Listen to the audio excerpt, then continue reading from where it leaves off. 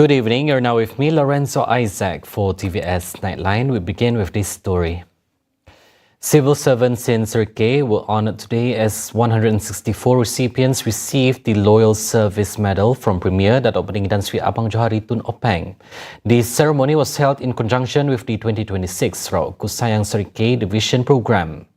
The medal recognizes long-standing dedication across 17 state and federal agencies, including the Sarawak Forestry Department, Public Works Department and Land and Survey Department. It honors permanent public servants who have served faithfully for 20 years or more with an exemplary record. Meanwhile, preparations for the Sarawak Kusayang program are running smoothly ahead of the official opening ceremony by the Premier tomorrow.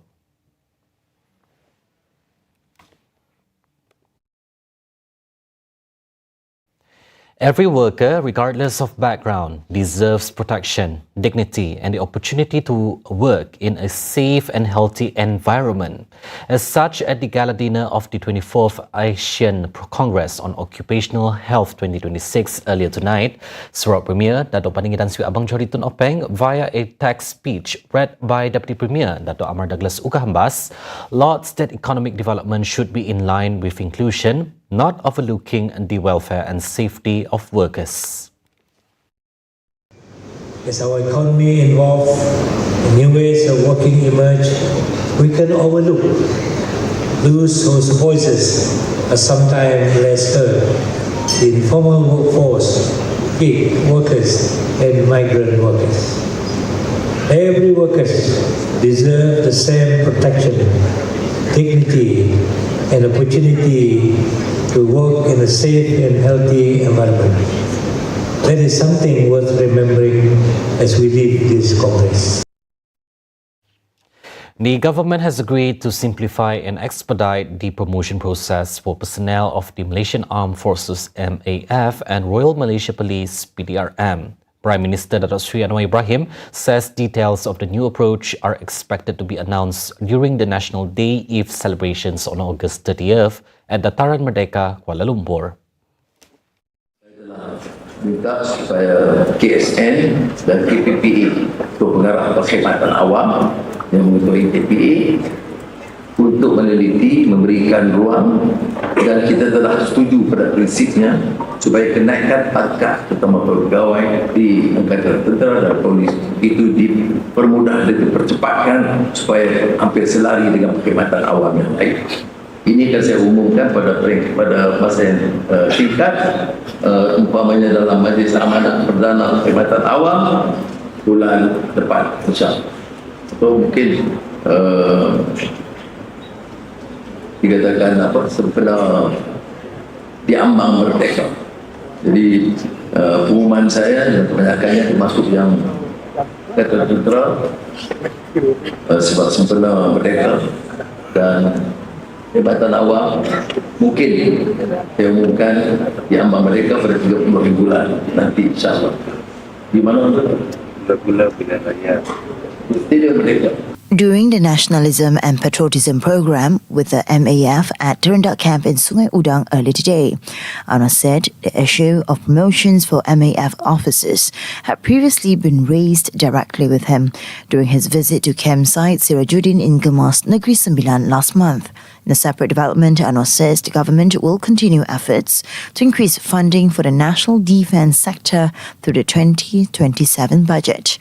Anwar, who is also Finance Minister, says this is to strengthen the MAF state of readiness while ensuring the welfare of security personnel continues to be looked after. According to him, the move is necessary to safeguard the nation's security, which he described as the most valuable asset and one that must be protected at all times. SERIAN has recorded Sarawak's highest air pollutant index reading of 162 at noon today as unhealthy air quality expands across the southern region. Samarahan and Kuching also registered unhealthy API levels of 140 and 139 respectively, while other divisions remain in the moderate range. The worsening conditions in Sarawak follow severe transboundary haze from neighbouring West Kalimantan, where Pontianak recorded a very unhealthy air quality index of 226. Satellite data from the ASMC detected over 900 hotspots in Kalimantan over the past 3 days from ongoing forest fires compared to just 6 in Sarawak. Met Malaysia forecasts hazy conditions to persist tomorrow across Bau, Bintulu, Dalat, Daro, Kenawit, Kapit, Kuching, Lundu, Matu, Meradong, Miri, Muka, Samarahan, Serikei, Selangau, Sibu, Simunjan, Song, and Tatau. Health authorities advise high-risk groups to minimize outdoor activities, wear masks when outside, and keep doors and windows closed to reduce exposure. Sarawak's very own talent, vocalist Taylor Louise, has received an official invitation from producers of Britain's Got Talent to attend a live audition in London this September 5th. Born in Kuching, the young talent was selected by the casting team following a thorough review of her application and submission. This invitation marks a major first step for the 12-year-old singer on one of the UK's most recognised television stages. Despite her young age, Taylor has already won top honours internationally, including first prize at Carnegie Hall in New York earlier this year. To make the trip possible, her family is currently seeking support from the public and private sectors to cover travel expenses to London. Taylor says she is grateful for the opportunity and promises to do her very best to make Sarawak and Malaysia proud.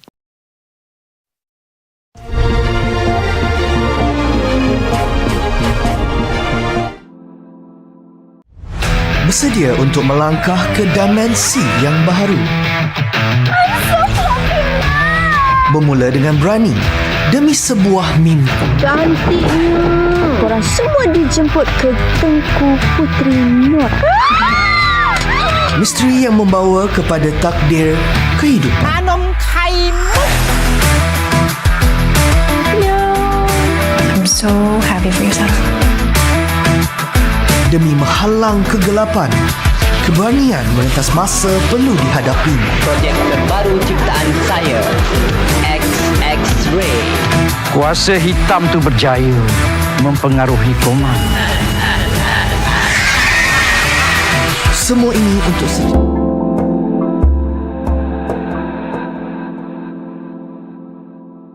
Satu Dua dan TVS Inspire.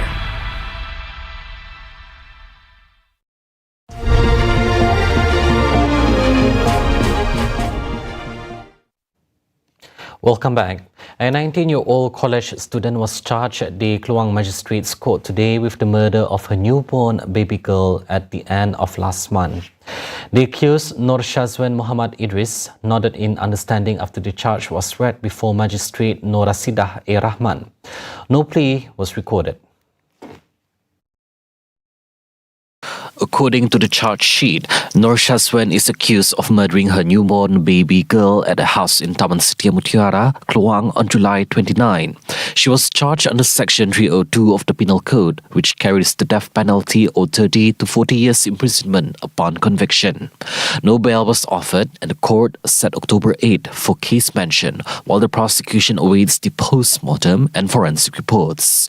Her 19-year-old boyfriend was remanded to assist investigations will be released and testify as a prosecution witness. The case came to light after police received a report that a college student had been admitted to hospital in Cibesar Haja, Kalsum, after allegedly giving birth at her rented home. A subsequent police search of the house, which served as a women's student hostel, led to the discovery of the body of a baby girl inside a toilet bowl. Preliminary examinations revealed multiple stab wounds on the infant's body. The baby was reportedly discovered by a lecturer from the college. Shockingly, the student later gave birth to a baby girl at a hospital where doctors discovered a second twin was still in her womb. The bodies of 3 police officers who died from an apparent electric shock in Beaufort on Thursday evening arrived at the Forensic Department of Queen Elizabeth Hospital at 1:10 a.m. today for post-mortem examinations.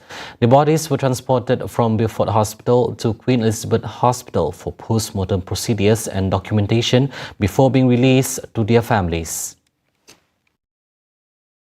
After the post-mortem and documentation are completed, the bodies will be escorted by officers from the Beaufort District Police Headquarters to their respective hometowns for burial. The victims, all attached to Western Police Station, were 40-year-old Corporal Chiu Tek Siong from Sarawak, 29-year-old Lance Corporal Muhammad Nur Hafiz Ibrahim from Kelantan, and 26-year-old Lance Corporal Muhammad Raimi Ismarubi from Terengganu. The 3 officers were pronounced dead after they were believed to have been electrocuted while moving a 29-foot metal pole used to harvest coconuts outside Western Police Station near SK Western at about 5:50 p.m. on Thursday. The Malaysia Aviation Group MAG is tightening its drug screening measures with all 1,260 Malaysia Airlines pilots required to undergo mandatory drug tests. This comes after a Malaysia Airlines second officer was arrested in Jakarta of alleged drug smuggling. MAG President and Group Chief Executive Officer Captain Nasaruddin A. Bakar says the screening is part of efforts to strengthen the group's safety framework. He says MAG will begin screening pilots across its airline group and the process is expected to be completed by August 15. MAG also says mandatory drug screening will be conducted on all active pilots in addition to its existing random testing program, which will later be extended to active cabin crews.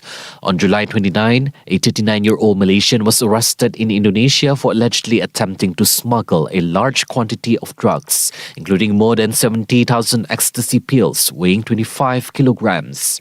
However, MAG confirms that the detained pilot was the second officer seated in the cockpit observer seat and was not the pilot operating the flight. The Inland Revenue Board has launched an investigation into individuals identified in the Royal Commission of Inquiry RCI report on Lembaga Tabung Haji. In a statement today, IRB says a tax risk analysis detected discrepancies between the assets owned and the income declared by the individuals involved. IRB says it had conducted raids at several related premises to obtain information, review documents and verify facts related to the investigation. The agency says any further actions will only be decided based on the findings of the investigation as well as the information and evidence obtained throughout the review process. Previously, on July 29, the Department of Islamic Development Malaysia JAKIM published a 211-page RCI report on the investigation into the management and operations of Tabung Haji from 2014 to 2020. Among others, the report recommended a forensic audit to examine how past investment decisions were made, which led to a significant decline in the value of Tabung Haji's assets. It also identified problematic investments that require forensic auditing.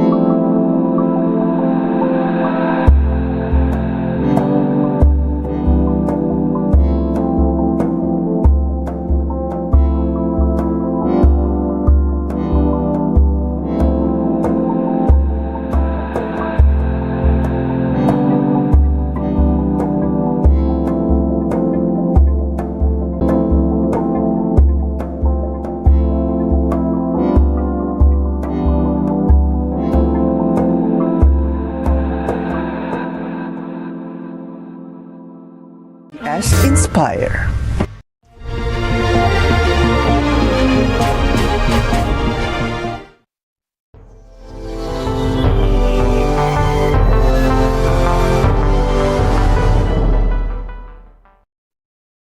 On to world news. The leaders of Saudi Arabia, Pakistan and Turkey held a trilateral summit in Jeddah today amid escalating tensions in West Asia and ongoing uncertainty over the Strait of Hormuz. The high-level talks come as fresh Houthi attacks in southern Saudi Arabia wounded 11 civilians, while oil prices rallied and global stocks slipped over renewed concerns regarding Hormuz shipping restrictions. More on that with Cheryl Shaminato. Thanks, Lorenzo. Crown Prince Mohammed bin Salman, Pakistani Prime Minister Shehbaz Sharif and Turkish President Recep Tayyip Erdogan gathered in Jeddah for high-level trilateral talks today. President Erdogan arrived in the Red Sea port city to discuss regional security and sign a defense agreement with Saudi Arabia and Pakistan. The summit convened as Tehran and Washington remain locked in a showdown over maritime access through the Strait of Hormuz.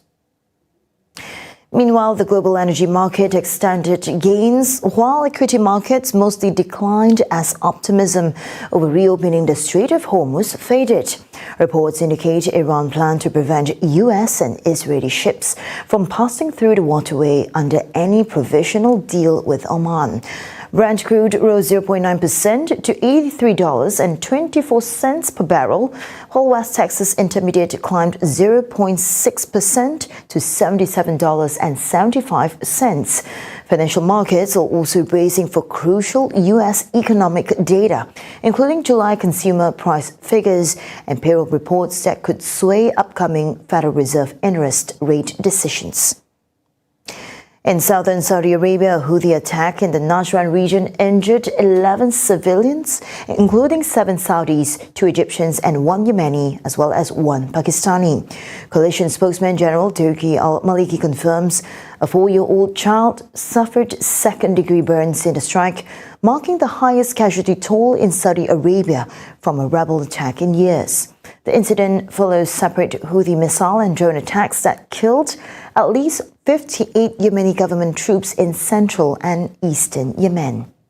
القوات المسلحة اليمنية تحذر العدو السعودي المجرم من أي حماقة يرتكبها ضد بلدنا وشعبنا، وسيتحمل عواقب أي تصعيد. ننصح المغرر بهم والمخدوعين من أبناء بلدنا بمغادرة معسكرات العدو السعودي والعودة إلى مناطقهم قبل فوات الأوان. Yemen's defense ministry has vowed to respond to the attacks at an appropriate time and place. In Washington, U.S. President Donald Trump signed an order imposing minimum import prices and a 15% tariff on polysilicon products effective December 4th. Separately, Trump signed a new executive order targeting birth tourism after the Supreme Court struck down a previous restriction on birthright citizenship. Discuss what we're dealing with on birthright citizenship. We had a very unfortunate decision in the Supreme Court concerning birthright. It was close, but a very, very unfortunate decision. So we're making adjustments because it's very unfair. The White House says the order aims to deny citizenship to children of visitors traveling primarily to give birth, as well as individuals lobbying for foreign governments. From diplomatic summits in Jeddah to shifting energy markets and new trade duties in Washington, geopolitical dynamics continue to develop rapidly across multiple fronts. More updates on tvs.my and TVS Inspire. Back to you, Lorenzo. Thank you, Cheryl. Moving on, 8 people have lost their lives today after a teenage suspect reportedly killed his grandparents before shooting dead at least 6 more people at a school near Bangkok. Citing authorities, the local media reports that the shooter was a teenage student at the school and is also reportedly dead. The circumstances surrounding the suspect's death remain unclear for now, with some reports saying police officers had shot and killed him, while others say he had died by suicide. The National Police reports that the suspect first shot his grandparents using his grandfather's handgun before heading to a secondary school north of Bangkok, where he killed 3 teachers and 3 students. 15 other students were not hit by gunfire, but were injured while trying to flee the school. Prime Minister Anutin Chanvirakul expresses regret over the incident, saying it should never have happened. Thailand has one of the highest rates of gun ownership in the region, with an estimated 10 million firearms in circulation, equivalent to about 1 for every 7 people. Indonesian authorities battled Friday to contain a wildfire that has swept through Mount Bromo National Park on Java Island, destroying more than 120 hectares as the country braces itself for an extreme El Niño-filled dry season. The fire started Monday near Mount Bromo on East Java, one of Indonesia's most visited tourist destinations, but now closed until further notice. Local authorities deployed 2 water-bombing helicopters against the flames that have razed at least 127 hectares of national park land today. Fire official Bambang Setio Antoko told. The destroyed area is equivalent to about 180 soccer fields. National Park official Rudi Janta Terjaja Nugraha said the area on fire was in a steep cliffside region, making it difficult for firefighters to reach. It was not known how the fire started, but Bambang said the park was extremely dry as El Niño conditions take root in Indonesia. That blaze broke out when a couple lit a flare during a pre-wedding photo shoot and destroyed more than 500 hectares of land.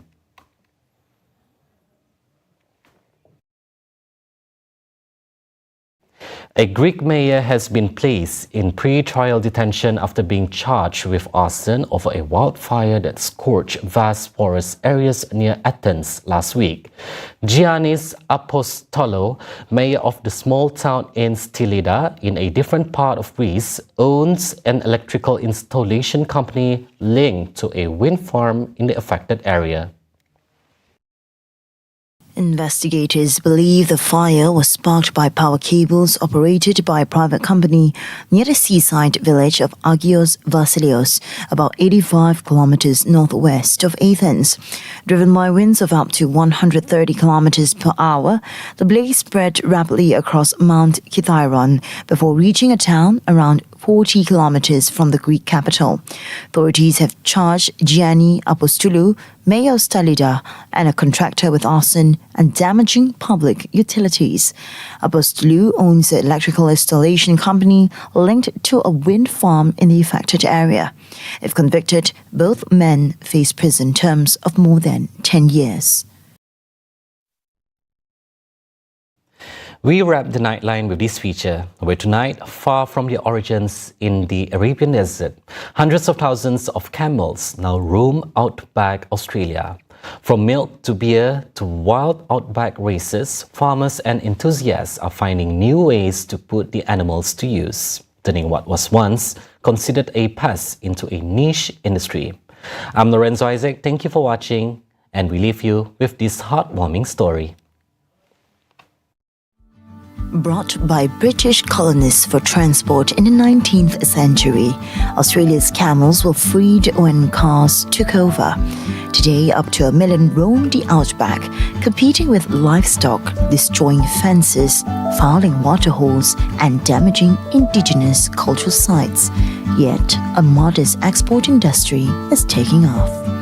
Farmers sell camel milk, live animals, with 68 exported to Malaysia and Indonesia this year, and meat, which generated over $3.9 in 2024. At Humpelicious Farm in Robe, owner Warwick Hill says the animals are far easier to manage than the reputation suggests. They're very nice to work with. They're very easily domesticated. If you're kind and fair with them, they generally reciprocate. Hill sells camel milk for around $14 a litre and says it offers health benefits over ordinary dairy, especially for those with allergies. Generally, it's we haven't met anybody that can't have camel milk yet. It's one of the closest milks to human milk. Across town, the Robe Town Brewery has found a more unusual use for the animals. The farm's camels are fed leftover grain from the brewing process, and the dung is then used to smoke malt for a dark beer called Holy Smokes. But it doesn't really taste like dung. In fact, it tastes and smells a bit more like a peaty smoked malt smoky beer. Further north in the remote town of Marie, camels take on a more daredevil role at the annual Marie Camel Cup, where hundreds of spectators gather to watch the races.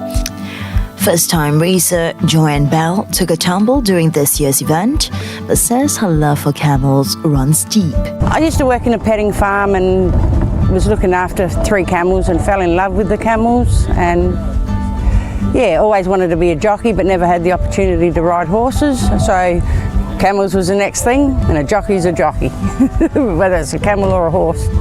The tradition traces back to the 1860s when Muslim cameliers from Afghanistan and other parts of Central and South Asia were brought to Australia to help navigate the arid interior. Back at Humpalicious Farm, Warwick Hill says he hopes more Australians will learn to love the animals the way he does. He says they're well-behaved, very nice, cuddly, smoochy camels, prove perhaps that Australia's once unwanted desert imports have found a home of their own.